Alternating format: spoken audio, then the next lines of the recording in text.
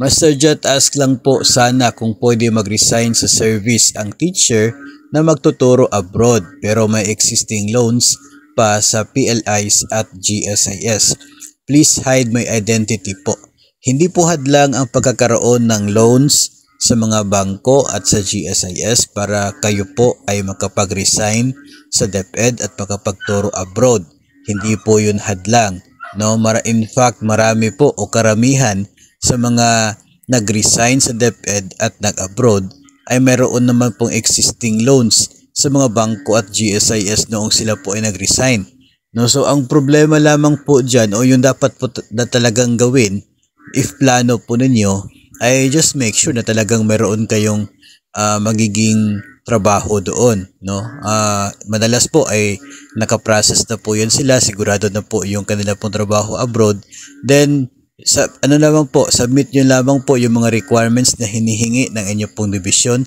Yung iba ay naghihingi po yan ng agreement with the banks, no? Comply nyo lamang po yung mga bangko na kung saan po may utang kayo na nakadeduct sa payslip.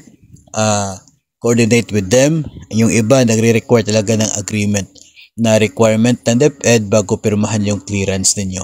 But definitely hindi po talaga hadlang ang pagkakaroon ng utang para mag-resign at magtrabaho abroad.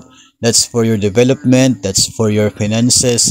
No, sino ba naman yung ayaw, no, na yung mga kasama nila ay mabigyan ng pagkakataon na makapag-abroad at magkaroon ng medyo magandang buhay by means of yung trabaho po doon sa labas.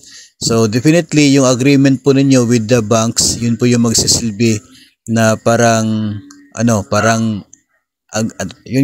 MOA po between you and the banks, no. Nandoon po kung ano yung mga conditions na napag-usapan po ninyo. So just make sure lamang po na bayaran yung utang kasi para maiwasan po yung sakit sa ulo in the future.